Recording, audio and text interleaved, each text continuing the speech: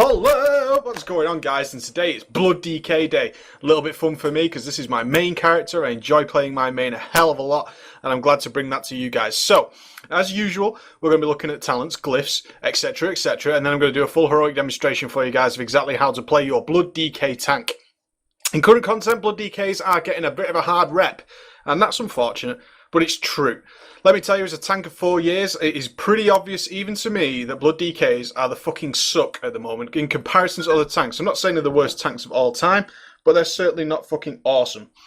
Basically, the problem is this little thing called block. Blood DKs have blood shield, and the difference between block, which activates when we take damage, a blood shield needs to happen after we take damage. So it's a little bit of an issue when we get some big hits in bosses. But never mind that, we've got a Blood DK, let's kick some ass. So let's look at our character. This is Preach, of course, on Zenadar EU. His item level is 387, pretty badass. His tank gear is considerably lower than that, don't let me get you confused there. His main spec is DPS, so I pick up some tank gear along the way, and I generally play a sort of backup emergency tank should the guild need it at any point. So, what are we looking at? Mastery, mastery, mastery, mastery, mastery, mastery, mastery. That's what we're after, guys. Mastery through our arse. We want mastery bleeding from the gums. We also want to pick up our set bonuses. Let's look at what our mastery does. Blood shield. Each time you heal yourself with Deathstrike. Deathstrike's a cool name any day of the week. While in blood presence, remember that, you gain 162% of the amount healed as a damage absorption shield. Each point of mastery increases the shield by an additional 6.25%. So what's our mastery doing? It's buffing our shield, so we absorb more damage, we take less damage overall. The only issue with it, as I've said, is it only happens after we Deathstrike, which Deathstrike heals us for the amount of damage we took over the last few seconds. So we need to get hit by that big hit to get a good shield up, which is a bit of a pain in the ass. Blizzard have recently changed that, so we do gain a stacking shield, so we don't need to be waiting and waiting like some DKs were doing to build up a big enough Deathstrike to get a huge shield. We can just build it up naturally now as we keep Deathstriking away. So, getting back to the topic, mastery, mastery, mastery. We need mastery and we need avoidance. What don't we need, guys, is more important. We don't need hit and we don't need expertise. We just don't know it. What we do need a little bit, I'm not going to dissuade you that much, is DK tanks do need some hit and expertise. But we're still going to reforge it away. We need more than any other tank of the hit and expertise stats, and that's purely because our Deathstrike needs to hit in order to give us our blood shield. So we do generally want a little bit of hit and expertise, but we're still going to be reforging that away in favour of more avoidance mitigation stats. Because as a tank, the less damage we take, the more the healer can chill and keep his mana nice and high, the faster the run's going to go overall. And we're going to dive into heroic where it's not going to be too key. I mean, this guy DK is so overgeared in terms of his strength that we're never going to have any aggro issues anyway. Combined with the additional changes to tanks recently buffing their threat, we're not going to have any problems. So, gemming. If you've got a red slot, go ahead and stick a 20 parry, 20 mastery gem in there. If you've got a yellow slot, go ahead and stick a pure mastery gem in there. And if you've got a blue slot, mastery stamina, okay guys, to pick up your nice set bonuses along the way. And you'll see I've done that all the way down. Mastery stamps, mastery, blah blah blah. I'll be saying mastery a lot in this video, don't worry about it. So, we then want to buff our mastery elsewhere. So, how do we do that? Well, as you can see on my gloves, I haven't reforged at all. I had dodge and mastery. So, that's good for me. Dodge and mastery will do me nicely. I had parry and dodge on this one. Now, my parry was far too high, so I've got to reforge that off into some mastery. Parry, mastery, dodge again. My parry was far too high. I've turned some of my parry into dodge to make that life a little bit easier. Looking down here on the boots, we had expertise, mastery, so I've turned my expertise into dodge. Also note the enchant on there, guys. Gone with Lava Walker, which is mastery and minor movement speed. As I've said in all my tanking guides, guys, in the warrior tanking guide and in the paladin tanking guide, it's fucking super fucking important. Drill it into your goddamn minds, guys, that you need to have movement speed increase on your tank. It is imperative. I don't give a goddamn what anybody else says. You need to be as fast, at least as fast as the DPSers, otherwise you're going to start running into all sorts of shit problems just because you skipped that enchant. And considering we need mastery anyway, that enchant is awesome sauce for us, as good as it is for all our other tanks, okay guys? So we need that enchant. Get that Lava Walker on there. As you can see, this guy's exalted with the Avengers Hydrail and so on, so I've got all sorts of juicy items that you guys probably haven't picked up, but the rules remain the same. That's what's important. Quick talk about this trinket. I talk about it in every single one of my tank guides. This trinket is the fucking balls, guys. I just can't express to you how overpowered this trinket is, and how in my years of tanking, I would have given my left nut, the hairy one, the one I love the most, just to get this trinket. A 1 minute cooldown that basically mitigates magic damage to such a ridiculous level, and comes with a fatty amount of a stat that we really want. So it's a mastery and a cooldown all mixed into one trinket. It is amazing, guys. Go ahead and pick that up for any fight that involves some magical damage. If you're in a fight and you've got some gear and it's not magical damage, therefore that trinket is not going to be used at all, look at this one, Essence of the Eternal Flame. Another mastery with a strength bonus. So it's got that fatty load of mastery. Awesome. And get a nice strength bonus for our DPS. You were saying to me, Preach, what about stamina? What about stamina? Again, as we say in every single guide, if you could take a couple of hits from the boss without dying, that's enough stamina. That is enough. You don't need more than that. The rest of it needs to go into mitigation stats, alright guys? So we've got a trinket just like this. The Spider Silk Spindle, best in slot tanking trinket in game at the moment. Increase the mastery by a load, so we got a big fatty blood shield, and we also get an extra absorption if we manage to go below a certain amount of health, alright guys? So a nice big fatty trinket there. We want a nice big two-hander that we can reforge away. I use Rune of the Stoneskin Gargoyles still. I am fully aware that Rune of Sword Shattering, which gives a fat parry, is better for raid tanking. But for heroics, I prefer Stoneskin Gargoyles to buff my stamina a little bit more and help myself heal myself. Because when we get into the tanking philosophy, which we'll do this week as well, guys, I want you to pay attention to that. We talk about how you assume things in the group before you even join the queue. And one of the things we assume as a tank is, one is our healer is bad, or he's doing something else at the same time, and he's not going to pay attention to us. We look after ourselves as a tank. We don't rely on our healer. So again, going through pure mastery gems, looking again, mastery, stamina, blah, blah, blah, all the same, all the way through. It's the same story all the way. So you've got some Sinestro loot on there, and you've got some older heroic loot from 372 days, but I haven't managed to pick up the heroic shoulders as the rest of our guild fills up, and so on and so forth. So we've got a nice big 3,235 mastery on this guy, 1.85% hit and only 15 expertise. Expertise is slightly more important to make sure we get those blood shields up. That's why we need the expertise. The other stats I want to talk about are your dodge and parry. You'll see that I just said to you, I reforged some parry into dodge. Why do I do that? Well, what we have is a case of diminishing returns. If you're not sure what diminishing returns means, very simply, the more you have of one stat, the less effective it becomes. It becomes harder to get the next percentage. So in general, it's around 15% on dodge and parry. Once you hit 15%, the next few points of parry, let's say we have 15% parry, we get another item with a load of parry. That parry rating is not going to give us as much parry to get up to 16%. It becomes harder and harder. And that is Blizzard's way of making sure that we don't have what we had a lot in the past as a tank, is that we could get to such levels of avoidance where the boss could barely hit us, and they had to make bosses have certain mechanics, such as they had an extra 5% hit and so on. You may have heard of Sunwell Radiance. Lots of things had to be done by Blizzard on the fly to sort of counteract the fact that tanks could avoid nearly enough every single attack. Archimond, a beautiful example. Archimond could smash a tank to pieces, but once a tank got a good avoidance, Archimond couldn't do anything. He was basically tickling the tank because he could never hit him. We were just that fast. Okay, so going down to defense, you can see I've got here dodge at 14% and parry at 16%. I've reforged off as much parry as I can get to get that dodge up because I want to rebalance them. Now, because that parry is so high and it takes a lot of rating to get that high, when I pull that parry off via reforging and stick it into dodge, I get more dodge because dodge isn't diminishing returns yet. So that's why you want to balance them out. So 300 parry rating might only give me 1% parry, whereas 300, because it's at 16%, that 300 parry rating reforged into dodge might give me 2%. That is a very basic outline, and those aren't exact numbers, guys, but that's the general idea I'm going for. So, let's go into our talent trees. What did we pick up? Bladed armor. We have a shitload of armor, and we want to buff our attack power because that helps our threat and all sorts of other stuff, okay, guys? So we pick up bladed armor. Blade barrier. When your blood runes are on cooldown, you gain the blade barrier, which decreases damage taken by 6%. Flat damage decrease, and we use the blood runes all the goddamn time. So, dead easy. We want to keep that buff up.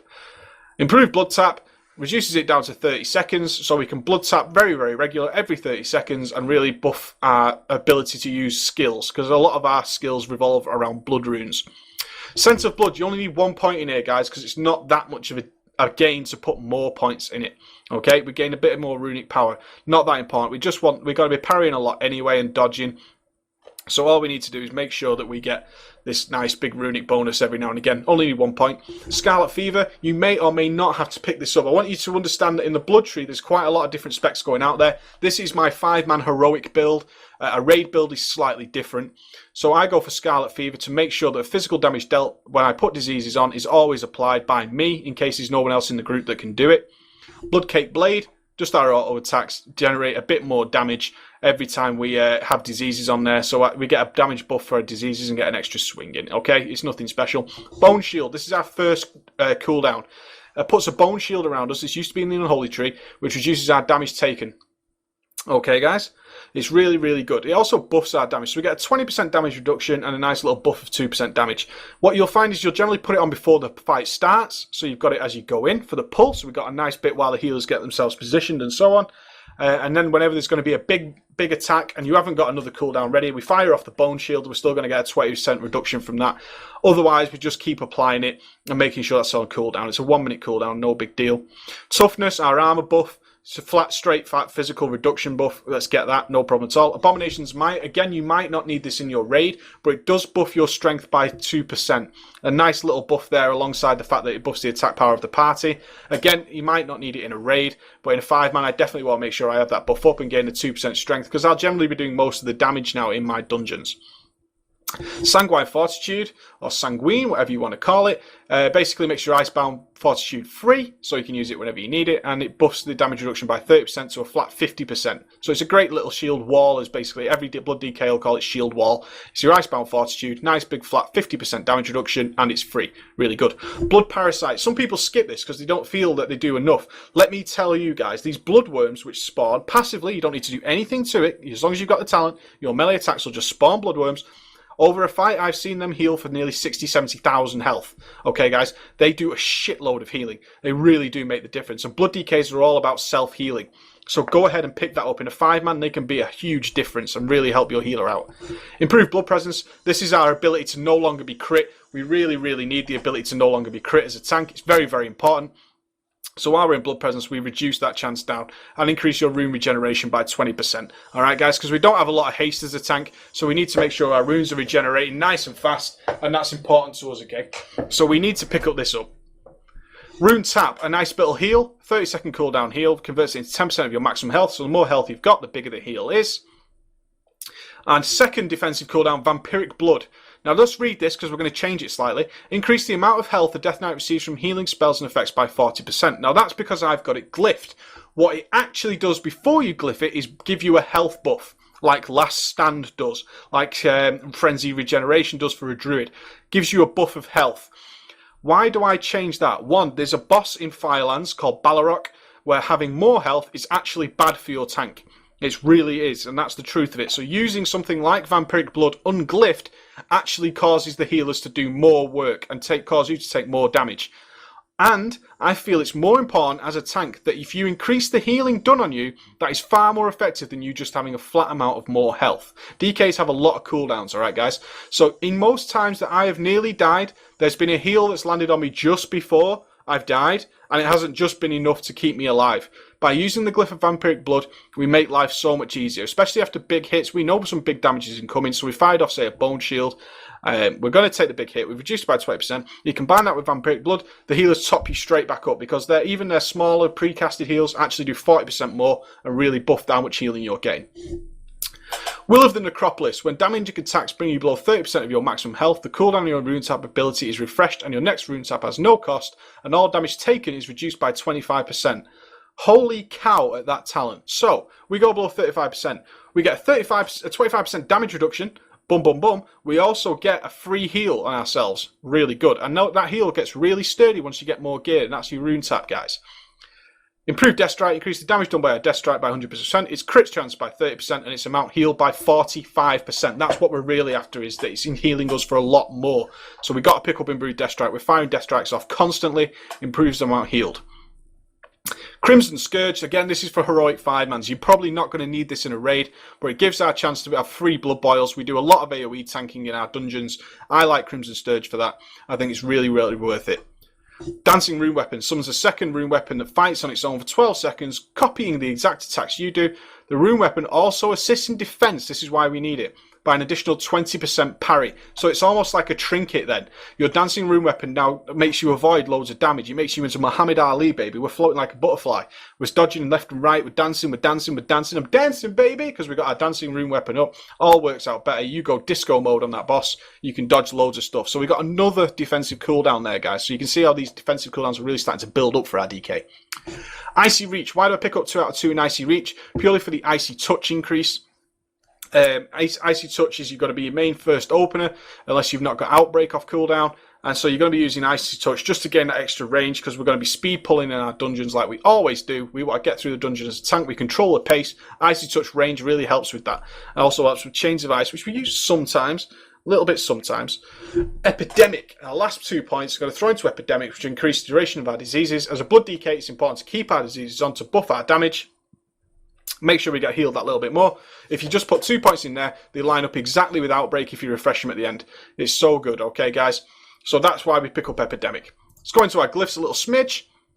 Glyph of Death Strike. Increase your Death Strike's damage by 2% for every 5 runic power you currently have, up to a maximum of 40%. The runic power is not consumed by this effect, so with more runic we have, the more damage our Death Strike does. Nice, nice. Glyph of Heart Strike. Increase the damage done by your Heart Strike by 30%.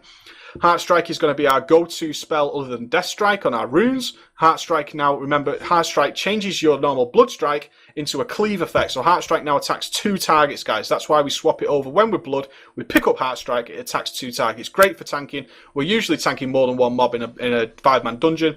So Heart Strike's now going to be cleaving away. Glyph of Rune Strike. Scratch your Frost Strike. Scratch your Death Coil. We now use Rune Strike. Generates some nice big threat and hits really hard for our blood DKs. Increase the crit chance of that by 10%. You fire off a chain of rune strikes, guys, aggro is glued to you. That is just the simple fact of the matter. I spoke already, we have Glyph of Vampiric Blood. This increases the bonus healing received while your Vampiric Blood is active by an additional 15%, but no longer grants you health. Really good, really good, worthwhile glyph, guys. Really, really good. Glyph of AMS. As a tank, we want to AMS magic spells on cooldown. Increase the duration of that by 2 seconds, so we make sure we cover these big spells when they come at us. And I like Glyph of Dancing Rune Weapon. Some people prefer Glyph of Blood Boil to increase the radius. I prefer this. Increase the threat generation by 50% while your Dancing Rune Weapon is active. You go into a boss, you pop Dancing Rune Weapon, you're doing copied spells, so you're doing a ton of damage, and also your threat is buffed by 50%. Good luck pulling aggro for DK while he's got Dancing Rune Weapon up. Ain't gonna happen, boyo. Ain't no chance. So we got Glyph of Resilient Grip. If your Death Grip fails, you get the cooldown reset. That happens sometimes with bosses. Glyph of Horn of Winter. Increase your Horn of Winter by 1 minute. And Glyph of Blood Tap, so it no longer causes damage to us when we Blood Tap to get an extra Blood Rune up. Quick idea of what we're going to do, guys. Blood DK, Blood Presence all the way. You're going to get your diseases on as normal. And if you've got 2 runes up that aren't red runes, go ahead and Death Strike. Use your Death Strike, and if you've got red runes up, use your Heart Strike, okay? That's it, and Rune Strike when you've got some runic power. I'm going to show you a little trick. Because we get the chance to generate fresh runes while we're DPSing, if you leave 1 blood rune up all the time, and just use the other one, so we've got 1 blood rune always regenerating, we have a higher chance to proc death runes, which will increase. See the way we proc to death rune? You make sure you guarantee death runes when that proc, and that gives us more death strikes, which increases our survivability. So that's the only little trick I'm going to tell you for now. Couple of quick macros. I know this video is a little bit long, but it is my main, so fuck you. I use the Glyph of Vampiric Blood because I'm an engineer. When I cast Vampiric Blood, I also use my engineering, my quick flap deflection prates, increase my armor by 1500. It's on a 1 minute cooldown, the same as Vampiric Blood, so I use them in combination on the macro. So I get an armor buff and I get the extra healing. Really, really nice. I also use Glyph of Dancing Rune Weapon. I actually want to edit that because I'm an orc now. I haven't tanked for so long, as you can see. It's basically when I use my Dancing Rune Weapon, as it gives me that big damage buff, I also raise a ghoul to attack for me, which increases your threat generated, and I also use Blood Fury now as well, which is my orc racial, which gives me a nice big fatty threat buff. So it uses that, okay? That's the idea of the Dancing Rune Weapon. It fires it all off together, making sure I'm using all my spells at the right appropriate time. Alright guys, I'm going to jump into a heroic now. Let's rock and roll. This should be a lot of fun. I'm looking forward to this one.